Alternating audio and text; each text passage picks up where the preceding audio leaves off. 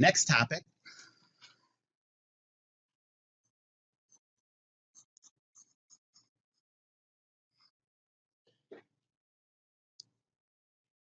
is back to particle kinematics. So we started out with particle kinematics, then we did particle kinetics, then we did rigid body kinetics. Now we're going back all the way to like the beginning, particle kinematics. But when we did it before, we did it in non-rotating coordinate systems. Now we're going to deal with rotating coordinate systems.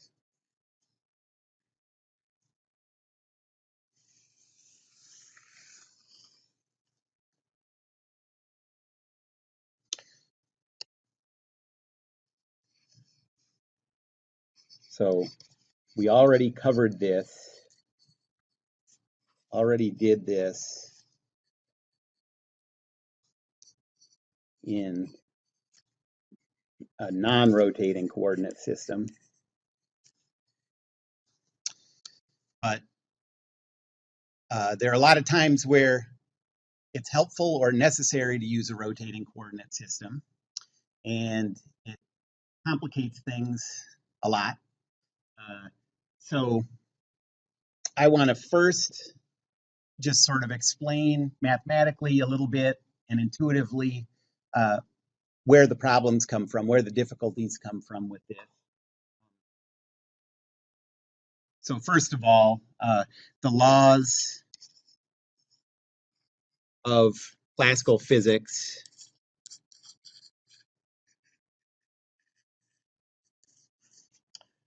only apply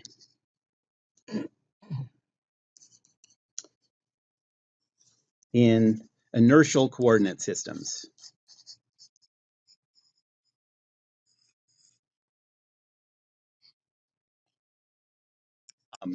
So that means the coordinate systems can't first have accelerating origins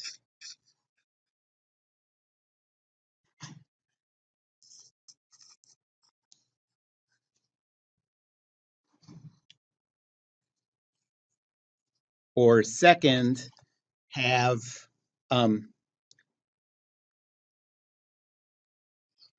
they can't change axis orientation over time.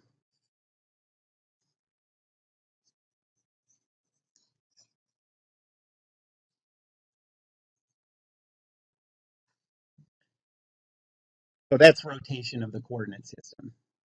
If you have either one of these, you can't do Newton's laws in that coordinate system. You can correct for these.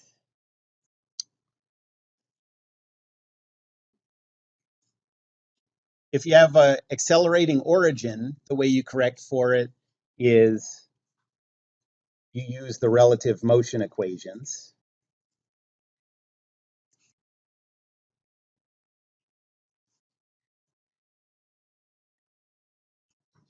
Okay, so you use the fact that the acceleration of the object relative to the ground, an inertial coordinate system, is equal to the acceleration of the object relative to your accelerating one, plus the acceleration of your origin relative to the ground.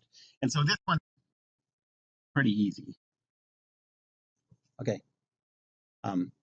We've been doing relative motion stuff like this whole class. This is the harder one. And this is what we're getting into now.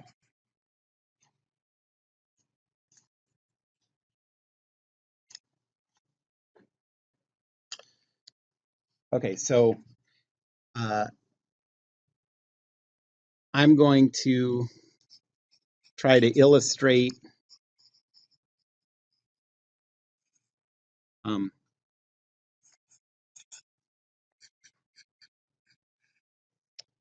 by this I mean a rotating coordinate system.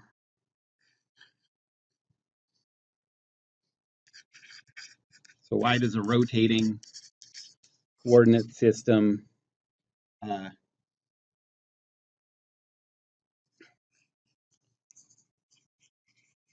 not work with the laws of physics? I'm going to do it mathematically, kind of.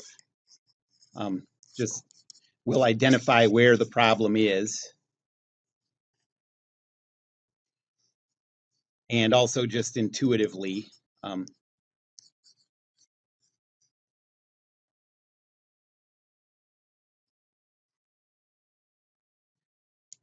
So mathematically,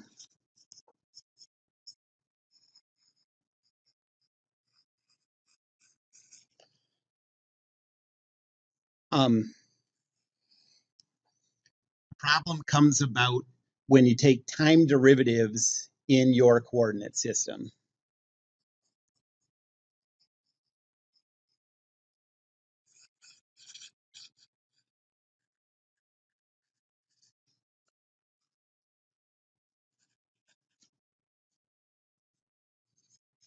Time derivatives of any kind of vector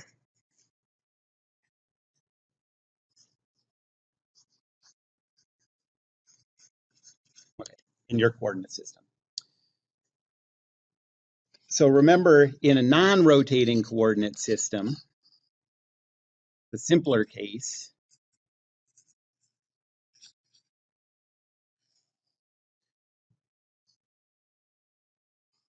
say you want to take the time derivative of a vector u, and this vector u can represent anything. It could be a velocity or a position or anything else that's a vector. So it could be a force or anything. We don't usually take time derivatives of forces, but this is true of any vector. So this is the time derivative of a vector with these components.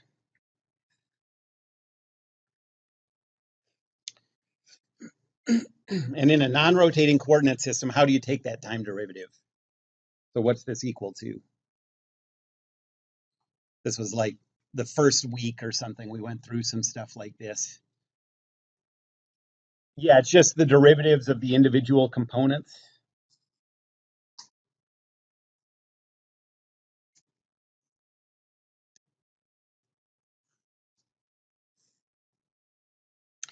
And you can rewrite this as ux dot times I plus uy dot times j plus uz dot times k. It's just another way of writing it. Okay. But in a rotating coordinate system,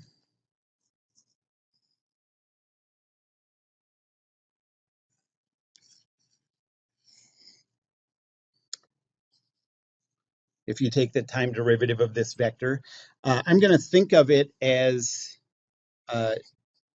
ddt of, and I'm going to start by writing it out as ux times I plus uy times j plus uz times k.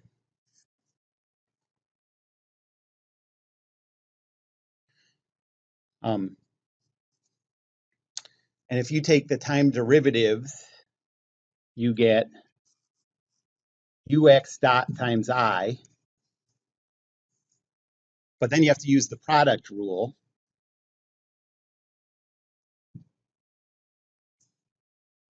And so each one of these gives you two terms.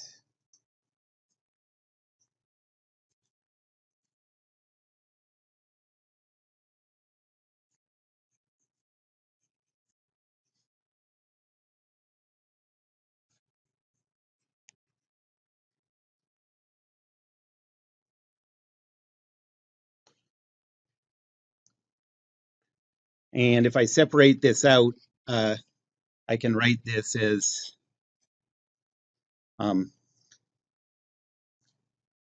so we can think of it as ux dot, uy dot, uz dot, plus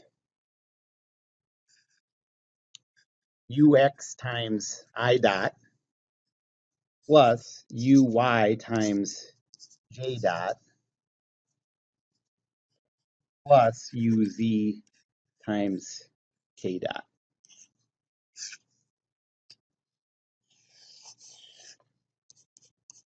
And this set of terms is what, causes the difficulty.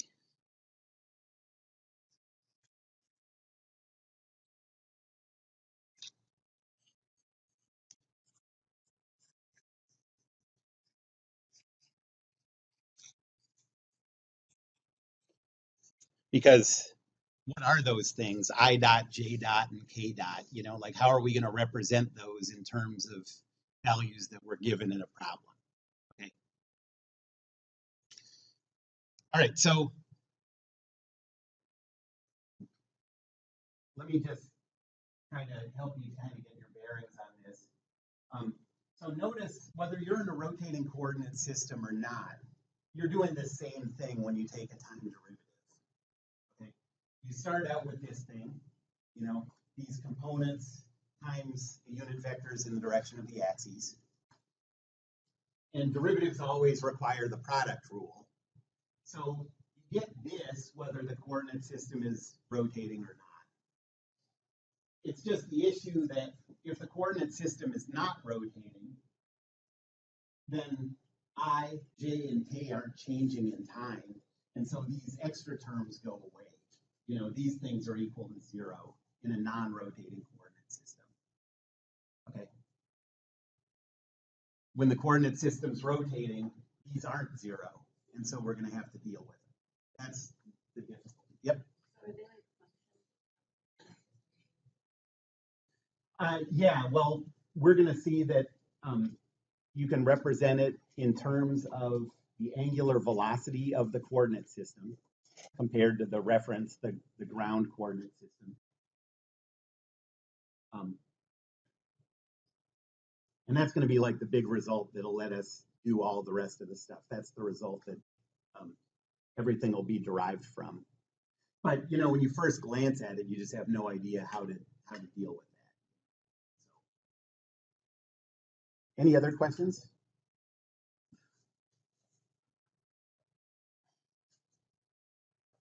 Okay. So now intuitively, I want to just try to give you a sense of why you can't just use accelerations measured in a rotating coordinate system and plug them right into Newton's laws and just go on from there.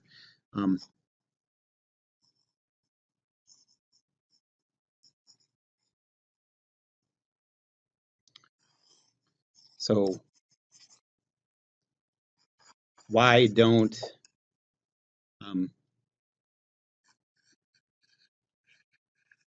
kinematics calculated in a rotating coordinate system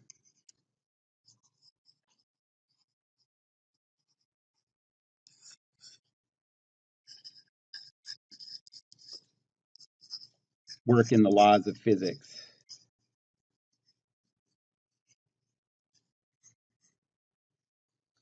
Okay, so let's think about an example.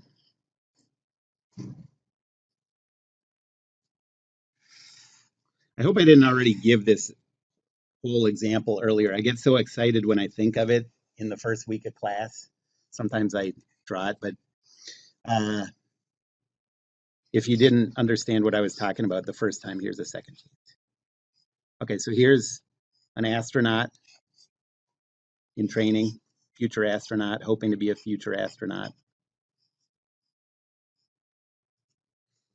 And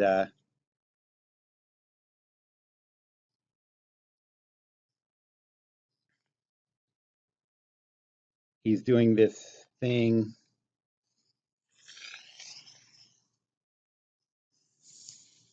where the seat whips around. Uh, he's like, why isn't anyone else's chair doing this? Um, and let's think about two coordinate systems. They're both at this instant that I have drawn here. They're both oriented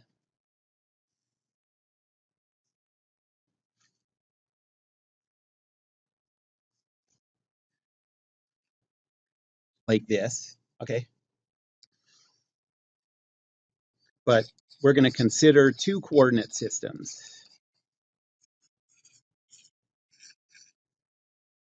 The first one is fixed at the axis. You know, it's not rotating.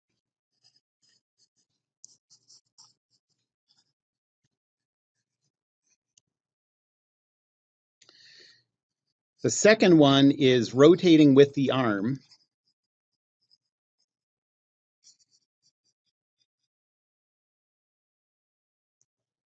And that means that the passenger person is always uh, along the negative x axis.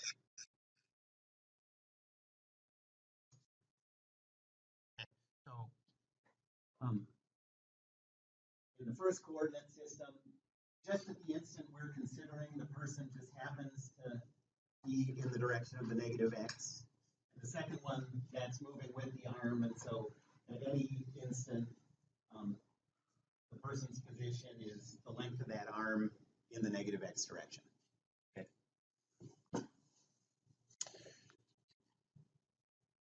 Okay, so what are the frames of like a film strip or whatever?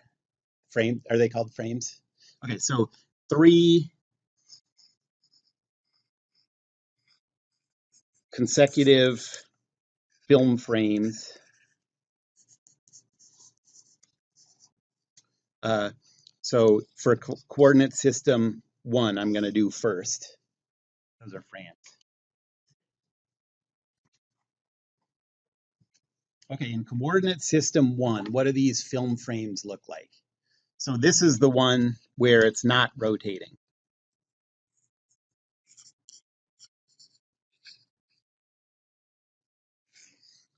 Here's the film strip.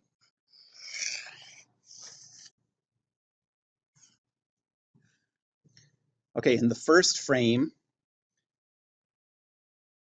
you just see the passenger coming into the frame, right? In the second frame,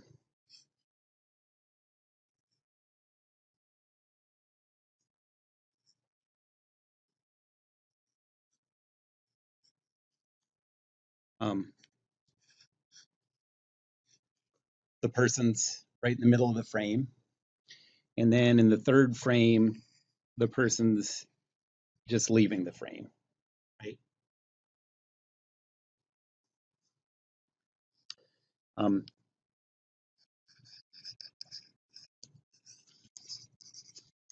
based on those 3 measurements,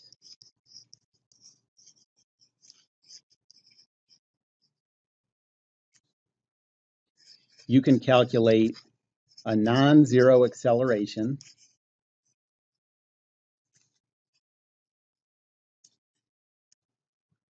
Okay, you can see that the person's moving. If there's no tangential acceleration in the motion, if this is a constant speed, then you still see that there's angular velocity. You know that there's a length, so you can calculate the centripetal acceleration. Okay. Force sensors in the chair.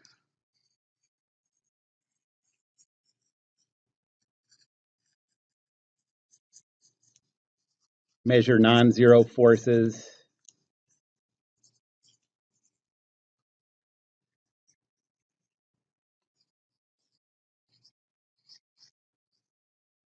and F net is equal to the mass times that measured acceleration.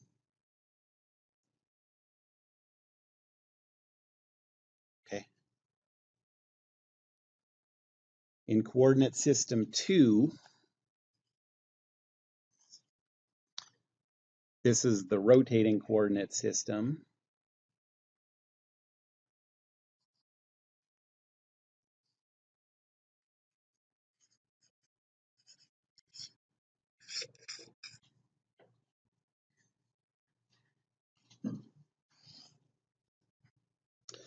We'll do the same thing. Think about these 3 adjacent film frames.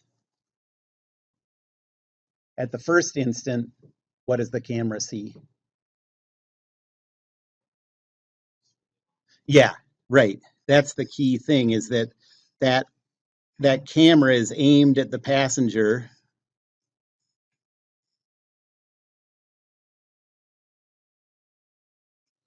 Oh, that guy has some kind of bad genetic disorder.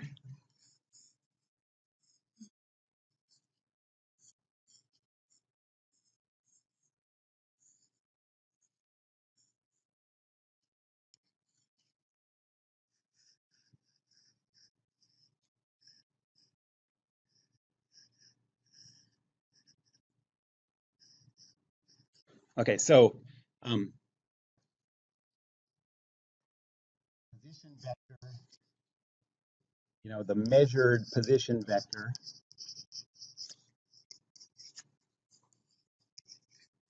is constant. So the measured acceleration vector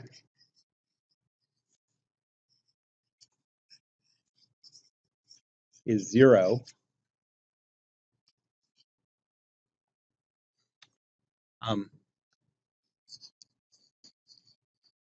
The force sensors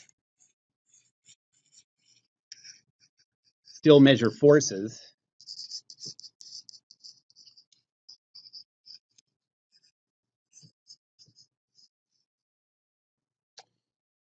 And so if you put these together, the net force that's measured does not appear to equal the mass times the acceleration. Okay. So if you want to use the acceleration you measure in coordinate system 2 in the rotating coordinate system in Newton's laws, you have to correct for that problem. Okay.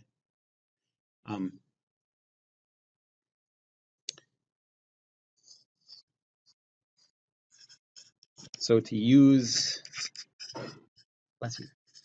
Newton's laws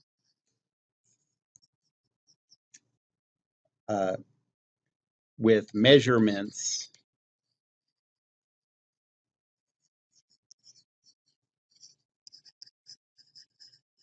from coordinate system 2, you need to make corrections. That's the same thing if you have an accelerating origin of a coordinate system, you need to make corrections for your measurements, and we do that with relative motion equations. This is going to be a different approach for correcting it, but it's the same idea. We have to correct for what it's not seeing that a ground coordinate system would see. And also notice that, so I gave this kind of mathematical description and I gave this intuitive description. Notice that in both cases, the problem was related to what happens as time changes. It doesn't have to do with the single instant that we're talking about. It has to do with what happens in the immediate time vicinity of the point we're looking at. It's the time derivatives that cause the problems. Okay. Any other questions about this? This is like philosophy, so we can go deep on this one. Okay. Well, what we're going to see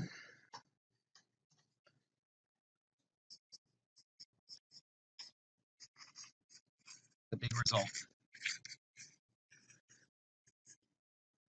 I don't know why it's in quotes, but that's what I'm going to call it, the big result. The big thing that everything in this section is based on is this. Um,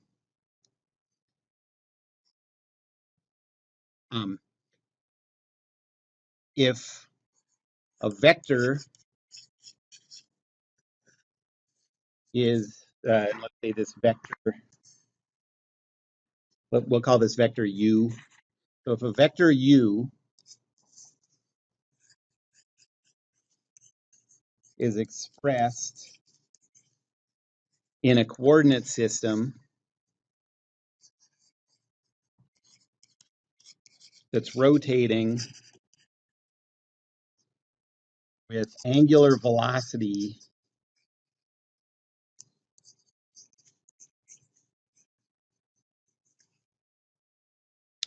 omega,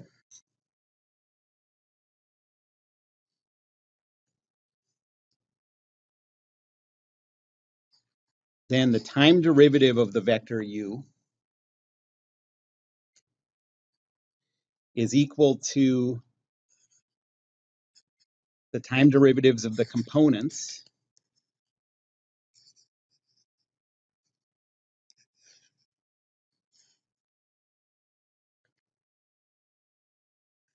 plus omega cross u.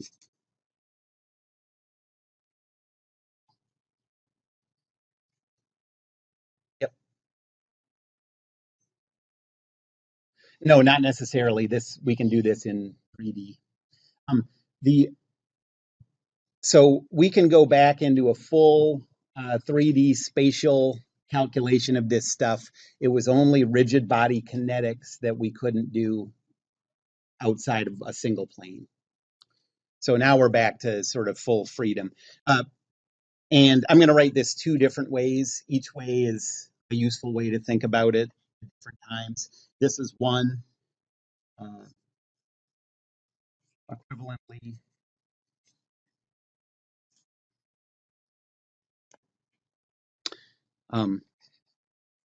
u dot is equal to u dot observed. Okay, so to an observer in that rotating coordinate system, that's what they think u dot is.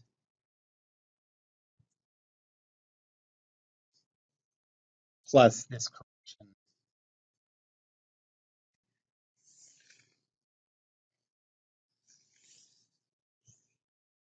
Okay, so like in that astronaut training example, this means the true uh,